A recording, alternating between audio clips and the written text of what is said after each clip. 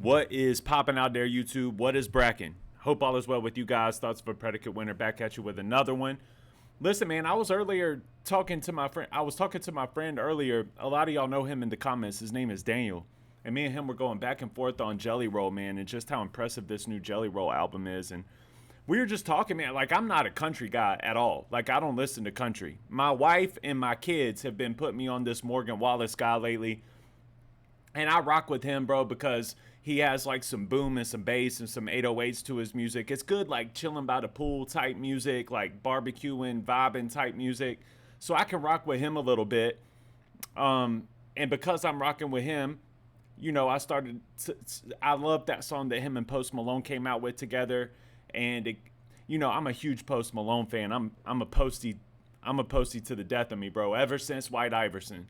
However, I will say, because y'all suckers out there keep calling him a culture vulture and making him feel unappreciated in hip hop and in R&B, that's why he went country to begin with, because the country people love him.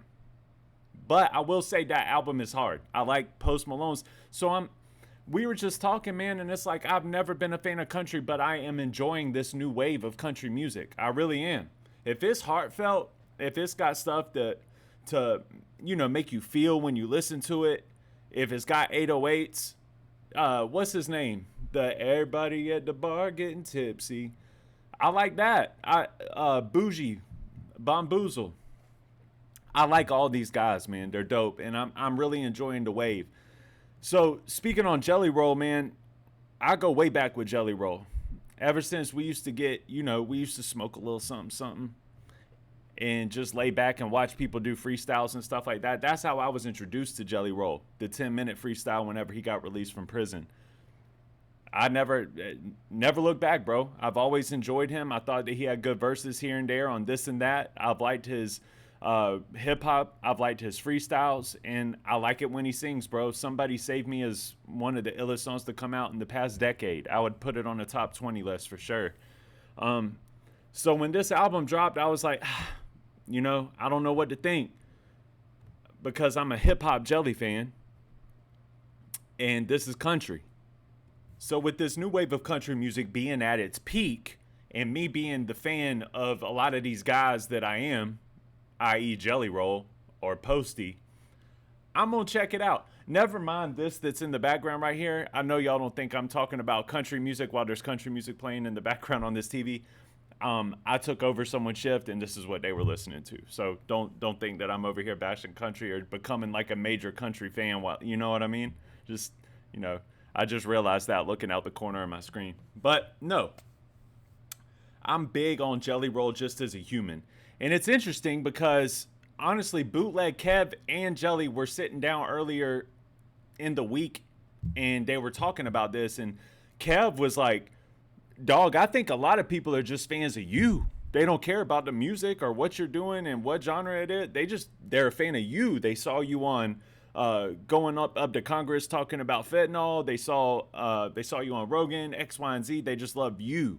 And I think that that's true because I'm one of those people. Yo, check it out right here. Yo, you are we kind of went over some of these numbers last night. The amount of physical copies you're actually selling, the true album sales, which to me means way more than streams, right? Streams can be manipulated. Streams can be background music. People could throw something on while they're at the barbershop. Shit just plays. If it isn't 100,000, it's close to 100,000 actual physical copies of this album were bought, which is insane. It's almost unheard of. I feel like maybe Nicki still does that, but at least, you know, in the genre that I'm familiar with, it's pretty damn near unheard of. You've grown this like fan base through obviously being unapologetically yourself, but speaking for so many people who don't have a voice.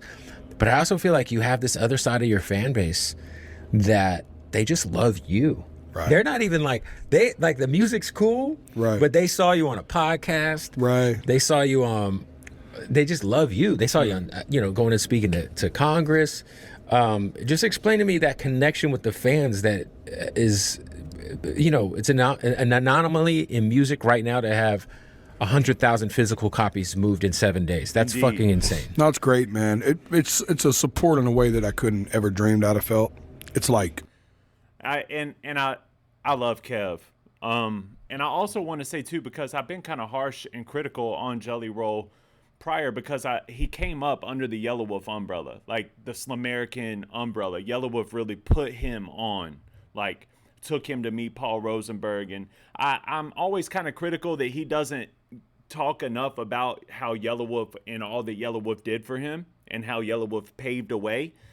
And he did that in this interview, which I thought was really dope. He's the GOAT. Anybody Yeah. who says He's talking Eminem's about- not he's the talking about greatest him right rapper ever is just lying. They're just, you know, Yeah. they're allowing other factors to I think, get involved. if we're talking about the talent of rapping, Yes. Yeah. I would argue to say Oh, that, this isn't it. man, I don't know. There's a lot. I'm trolling y'all.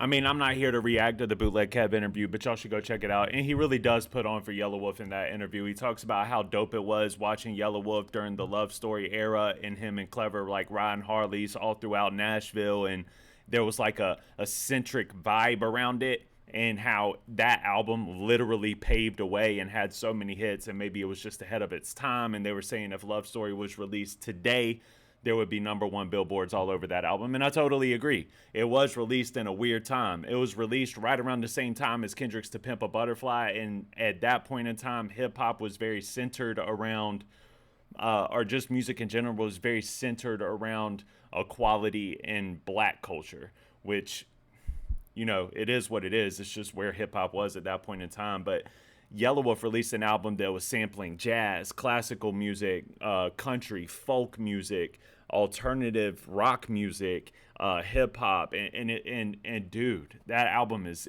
it's incredible, bro. Till It's Gone is on that album. Best Friend is on that album with Eminem, which is one of M's best verses of all time, if not the. And Yelawolf just literally paved a way, and it was phenomenal. It was really cool to see, and I appreciated Jelly giving Yelawolf that love here.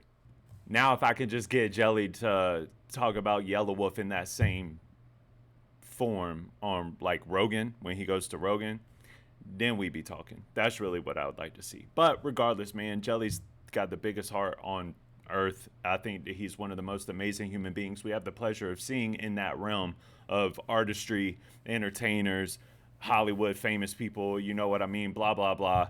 And I love that he's getting the attention that I feel like he deserves, just as a human, you know? And he's a good example, which is also important. And he has a good message, for the most part.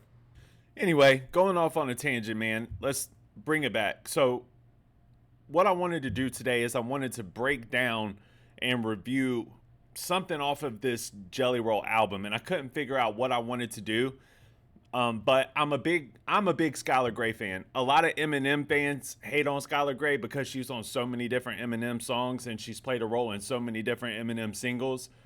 But I like her. I think she brings a lot to the table. I think she has a good voice, and I think she's an incredible songwriter. So that was one of the features off of this album that kind of piqued my interest, where I was like, oh, let me check this out, dude. Skylar's on it. And I kind of just blew through it while I was in the gym. So this is going to kind of be like my first time hearing it, but not like a full first time hearing it. And I noticed that they had it live on Amazon. So I'm going to break it down live, bro. I mean, why not? I've been wanting to see, how does Jellyroll perform live? I wonder how good he is live. And you never really want to judge stuff like that based off of like cell phone recordings with somebody in the crowd. You want to go with like a more professional setting. And Amazon is a professional setting. So I'm excited to get into this. But before we get into this, I wanted to share what my homie said, man, because me and him were talking all day about Jelly, and he made total sense about this new album, especially coming from people like me and him that don't really dig country and have never been like big country fans. I think the day that you told me about it, I was on the way to pick up my son from Camilla. You know, that's an 8-hour round trip, you know, so Plenty of time I to listen to an album. The full thing, and I tell you, man, I really enjoyed this album, and I had a buddy of mine kind of poke at me because I've always been the guy that's like, you know what, I don't really like country music, I'm not a fan. I don't want to hear it. It's not for me. So he was kind of like, oh, you like country now, huh? And I was like, man, if this album is country, then I guess I like country. Exactly. You know? But I told him, I said, it's not the typical country that I've heard in my life. You know, he's not on there talking about red Solo cups or John Deere tractors or his dog dying or, you know, something. It's facts, bro. Usually Facts. about in heavily, you know, prevalent in country music. Red Solo cups. That's why I like the album. I was like, man, he's talking about real life stuff. I was like, it's almost like I compared Jellyroll to NF a little bit. Now, before we go any further into this, I wanted to say when I first heard this, I was kind of like, But truly, I as the voice note continued, I was inclined to agree. Obviously, they're way different. I don't have to go into that. They're obviously different. But in the way that they're the same is their subject matter is so deep. Facts. And that's why I can enjoy this album. That's why I can enjoy all this other country stuff that's been coming out, is because it's not red Solo cups, tractors, and dead dogs. It's heartfelt, soulful, going through the struggle, underdogs on top type music that was initially what hip-hop was. But as we all know, hip-hop culture is spawned out of control, and it's in this ew state where nobody likes the new hip-hop wave. I mean, unless you're like a young person, and I mean, I just feel bad for y'all, bro, because y'all really got the worst in hip-hop. And that's not because I'm older. I'm telling y'all, bro, like, because when my dad was trying to put me on NWA and Ice Cube, like, I liked it. I didn't think that it was whack. I think this, and my dad didn't think that, like, you know, 50 and M and Obi Trice, like, he didn't think that was whack. And Jay-Z, this new wave, bro, that's so whack, bro. It's so whack. Super whack. It's awful. So I'm glad and intrigued. I'm glad because it seems like you're starting to be able to find this type of heartfelt music elsewhere, and I'm intrigued that it's in a genre that I never thought that I would be a part of or want to listen to. So without further ado, man, let's break this down and get into Jellyroll featuring Skylar Grey live. Let's get it. Now, before we get into this, I feel like it's necessary to say, because I've been put to the flame several times, I am subscribed to Jellyroll, but it doesn't show my subscription because this is uploaded through an HTTP, not through my actual YouTube page whenever it's pulled up through the software of Ecamm. If y'all got a problem with that, it's all the Ecamm. That's the subscription that I have, and the one that I pay for, it's a very simplistic, beautiful layout on how to create videos and whatnot, so I like it. Y'all are just gonna have to take my word for it, I guess. All right, let's get into this, man. I'm excited. Let's go. What's up, Jelly? What's up, Skylar? We talking about past yesterdays today? Don't judge me if I get too high tonight. My journey's in yours, it's only mine. She's an incredible songwriter, and she just has an angelic voice, man. I love Skylar Grey, and I don't know why she gets so much hate. I really don't. The damage has been done, so this I pray. And I'm actually not used to seeing her not sitting at a piano. And I'm not even trying to nerd out about her, but I think the first time I ever heard her was, I'm coming home, tell the world. Bro, that song was crazy. And I hate that Diddy got a hold of it, but like the hook, you know? And then all of a sudden that connection with Eminem happened where she wrote Love the Way You Lie for Rihanna. And then them two started to collab. She just has she's got a bunch of amazing hooks, man. She's a great songwriter, hands down. So I'm gonna rewind it a little bit so I don't interrupt her, but I'm excited to see someone like Jellyroll, who I also feel like is a phenomenal songwriter, collaborate with her and just sing it live. In yours, it's only mine. The damage has been done, so this I pray.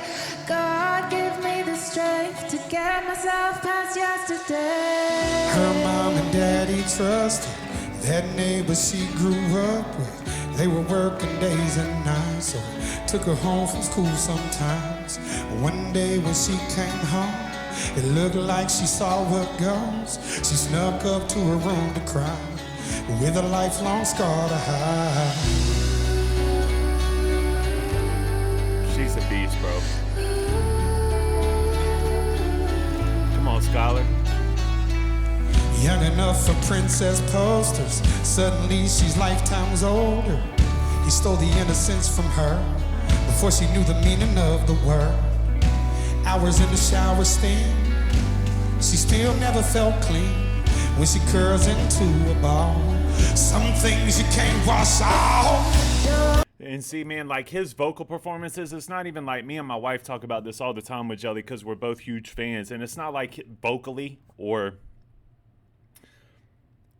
it's not like vocally he's like the best, like, you know what I mean? It's not like he has the best voice, you know? And I'm not saying he can't sing well, but like his voice isn't why people are resonating, man. It's that he means what he's saying. He's been through hell, and you can sense that pain and that vulnerability in the music, which is why Somebody Save Me is so big. He has an infamous interview with Joe Rogan talking about Somebody Save Me, and he was saying that somebody told him, man, I ain't heard nobody sing like that since so-and-so back in the day. And dog, Jelly, it's not even your voice. Like, and he does good live. Like, this is good live. You can vibe out to it. It's almost hip-hop-ish. But it's not the voice, man. It's that people just resonate with the pain. They believe what you're saying. And I think that that's super necessary whenever you're making music like this. And Doug, like my dog said, if this is what country is, yeah, I'll rock with that. Don't judge me if I get too high tonight. My journey's in yours, it's only mine.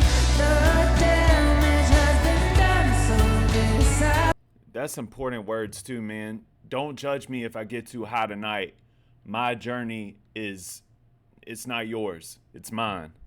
You know, like don't judge, don't worry too much about me over here. I got my own journey I'm on, and you ain't gonna understand, you know? I think Skylar's just an incredible songwriter, and so is Jelly. And I believe that probably what happened with this song, and if somebody knows something different, you can correct me, but I think what probably happened with this song was Skylar had that hook, because she's a hook writer. She probably had this song written already, and Jelly came in and filled in the blanks with the verses.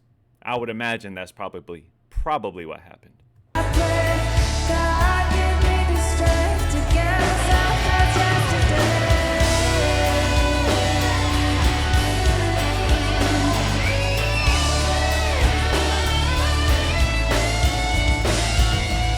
A few lives and paths you can take, neither one of them I could blame.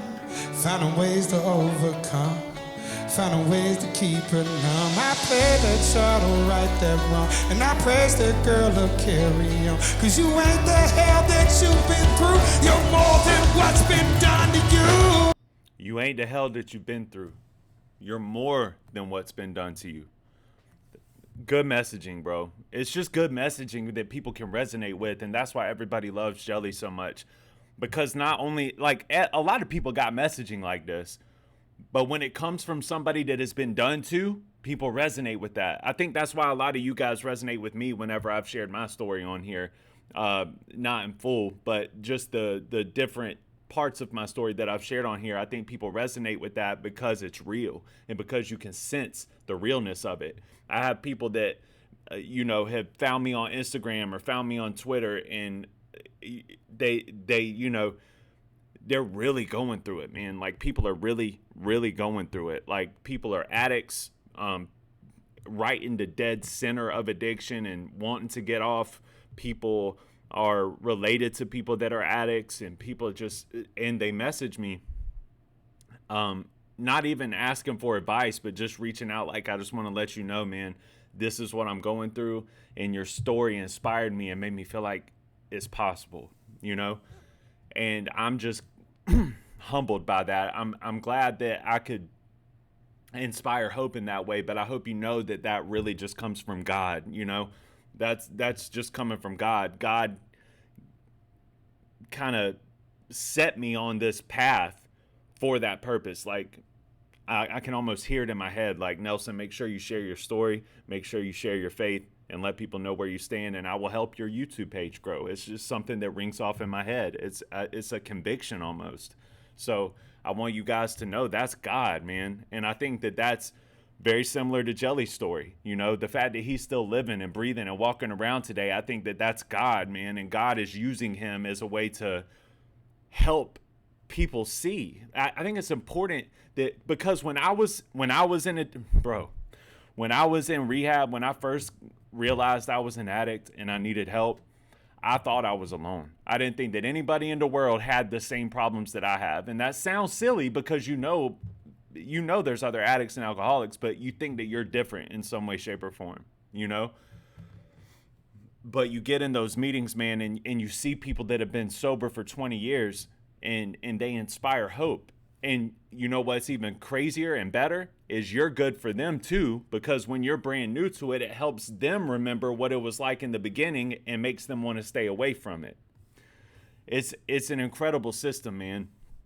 And it's very important. And Jellyroll has another song on this album called Winning Streak. It's the opening song to the album where he talks about walking into AA or NA, and somebody in there was like, Jelly was feeling down and out, miserable, like on his last leg, embarrassed and shameful. And somebody that had been there for years and years was like, dog, don't nobody walk through them doors on no winning streak. You're good, man. It's all going to be all right. That's a fire message, bro. And if that, like my boy said, bro, if that's country, I rock with country, bro. Don't judge me if I get too high tonight. My journey's in yours, it's only mine. The damage has been done, so this I pray. God give me the strength to carry myself as yesterday.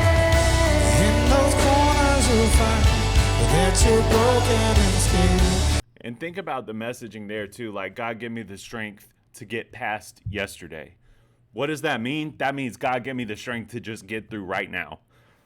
Because we all talk about taking it a step and a day at a time, right? But if you can just get me through this step, if you can just help me get past yesterday, if you can help get me through the right now, you know, that's strong, bro. That's strong messaging. Anyway, let's listen to this bridge, man. There's no one by your side. Still all your angels are there. At your lowest of lows, when life's been cruel and unfair, I just hope that you know all your angels are there. All your angels are there.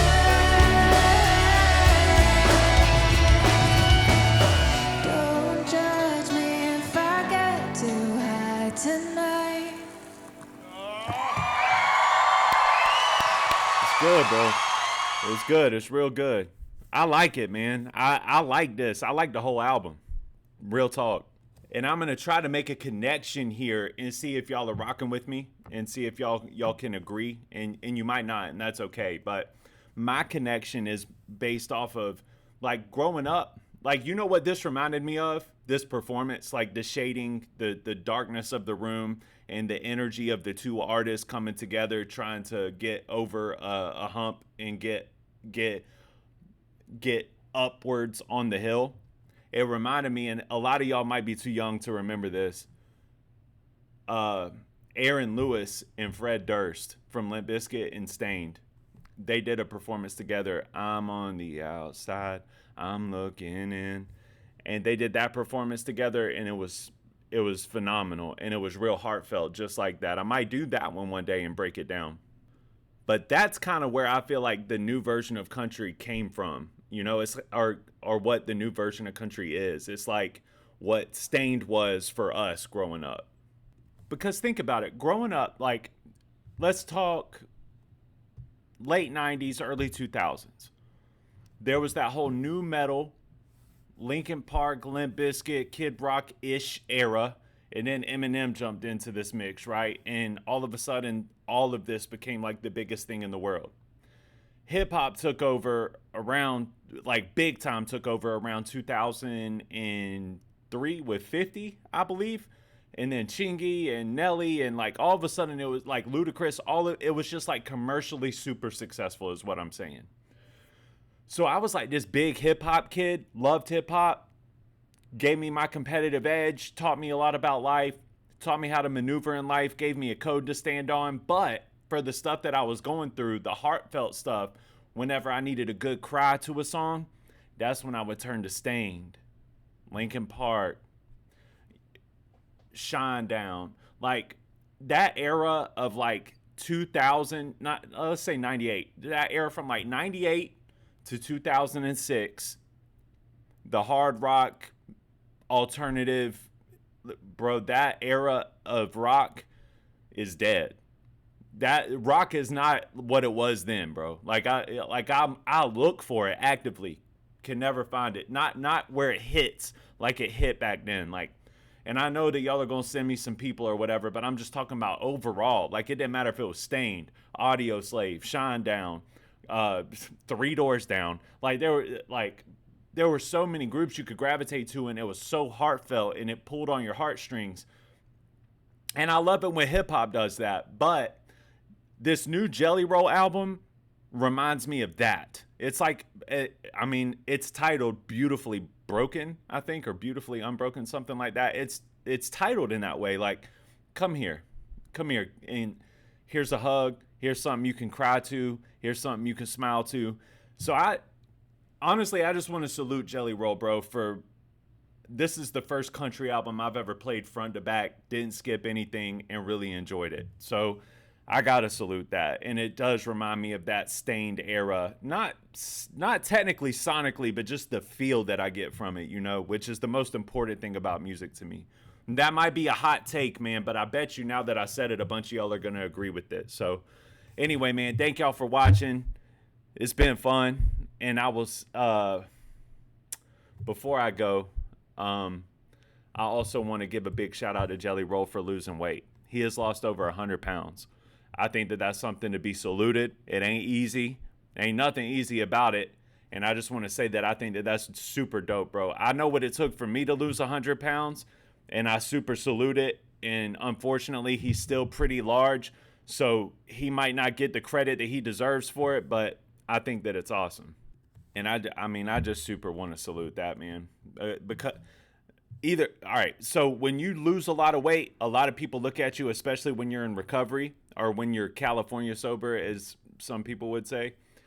A lot of people look at you like, are you doing that in a healthy way or an unhealthy way? I've been through all of that, because the first, like, your face starts shrinking up and you start looking at, but bro, I think that it's super special. And I think it takes a real disciplined, real structured, real man of morale, real man of code to be able to lose even 50 pounds, let alone 100. So everybody salute Jelly for that, man, because that's one of the hardest things on earth to do, especially when you're addicted to food. It's hard. It's very difficult. And 90% of it is your diet, bro. Like, yeah, when you're overweight, you got to work that weight off by exercising, running, or, cardio and lifting weight, whatever.